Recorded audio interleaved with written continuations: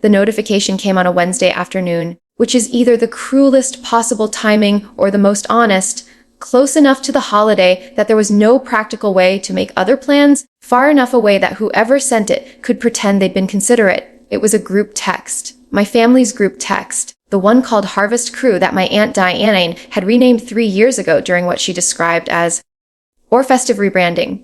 The text was from my mother. Just a heads up for everyone. Thanksgiving this year will be at Diane's house, starts at 2 p.m. Ellie, we know the drive is hard for you, so no pressure. We totally understand if you can't make it. We'll miss you. I read it 3 times.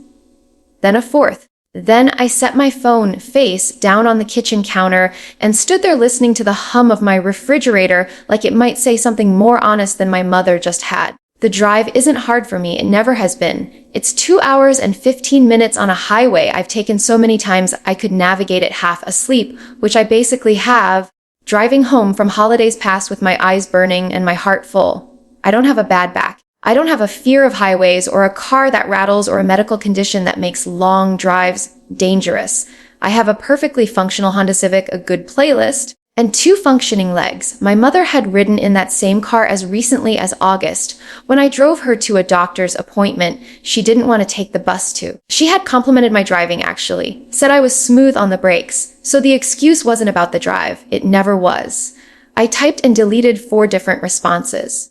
The first was a simple question, what do you mean, the drive is hard, which I erased because I already knew how that conversation would go. There would be softening. There would be gentle deflection. There would be a slow, careful reframing until somehow I was the one apologizing for misunderstanding, for being sensitive, for making things uncomfortable. I had been in that loop before. I knew its shape by heart. The second response was, I'll be there, firm and plain. And I deleted that too, because something in the phrasing of her message, the too casual sweetness of we totally understand, told me with cold, quiet certainty that my presence was not actually part of the plan, that the message wasn't an update. It was a soft closing of a door, dressed in autumn emojis and hollow warm. The third response was a string of crying faces, which I deleted out of pure self-respect. The fourth was nothing at all, just a read receipt in silence, and that was the one I sent. I put the phone back on the counter. I stood in my kitchen for a long time.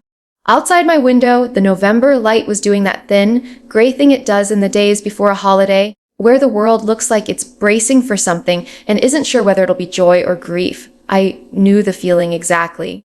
What nobody in that group text knew, or what my mother had chosen to forget, was that I had already spoken to Grandpa Raymond about Thanksgiving 2 weeks before. He had called on a Sunday evening the way he always did, voice low and unhurried, asking about my job, my sleep, whether I was remembering to eat real meals or just coffee and crackers again.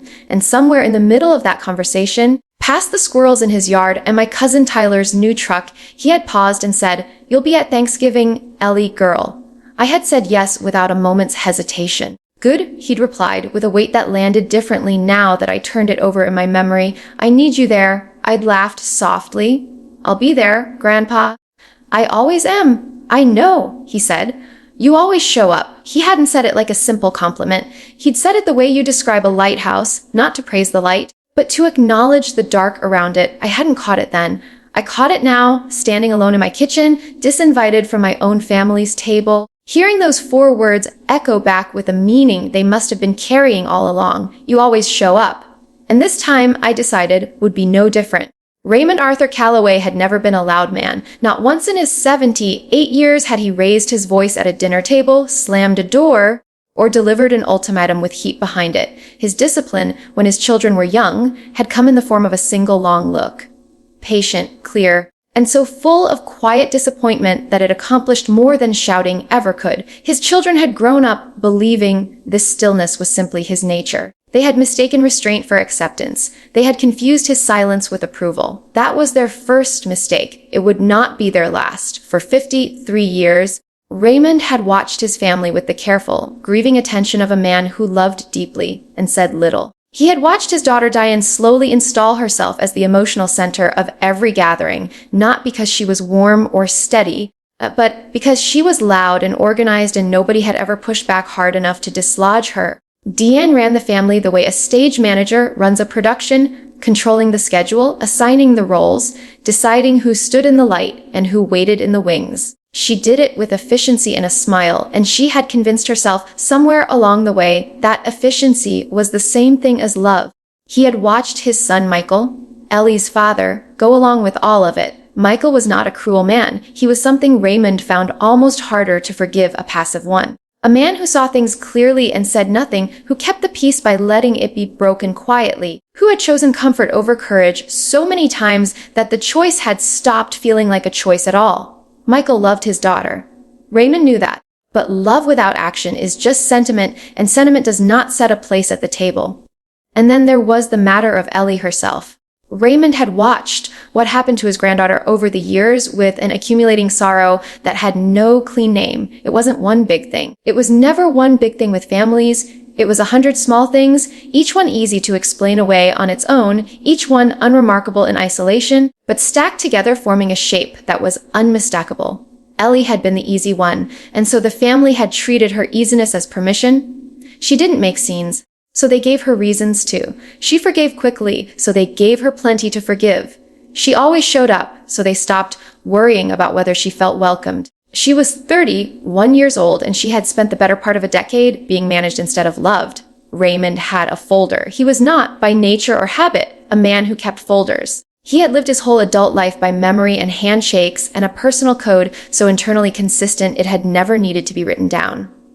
But 3 years ago, after a particular Christmas incident that he would get to in due time, he had started writing things down. Dates, comments.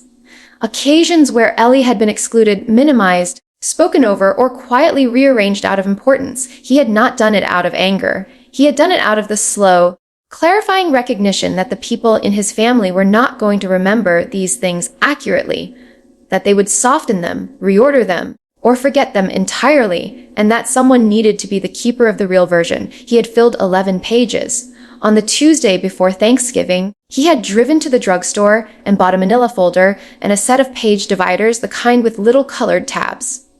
He organized his notes by year. He read through them once, slowly, at his kitchen table with a cup of black coffee, and when he was finished, he sat for a long time looking out at his backyard, where the November wind was moving through the bare oak tree he had planted the year Ellie was born. He thought about patience, about how long he had practiced it, about what it had and hadn't accomplished, about the look on Ellie's face at Christmas 3 years ago, which he had never stopped seeing when he closed his eyes. He put the folder in the inside pocket of his good wool blazer, the navy one he saved for occasions that mattered, and he went to bed early. Tomorrow was Thanksgiving. Raymond Arthur Calloway was done being quiet. He had given this family 53 years of his silence. What he was about to give them now would cost far less and be worth considerably more. Deanne's house smelled the way it always did on Thanksgiving, roasted garlic and candle wax, and the faint undertone of performance anxiety that she somehow managed to bake into everything she cooked. The table was set with the good china, the kind that only came out twice a year and made everyone nervous about the butter dish. There were little handwritten place cards in Diane's looping cursive, gourds arranged in a centerpiece that had clearly taken effort, a chalkboard sign near the entrance that said grateful and blessed in careful lettering. There was no place card for Ellie.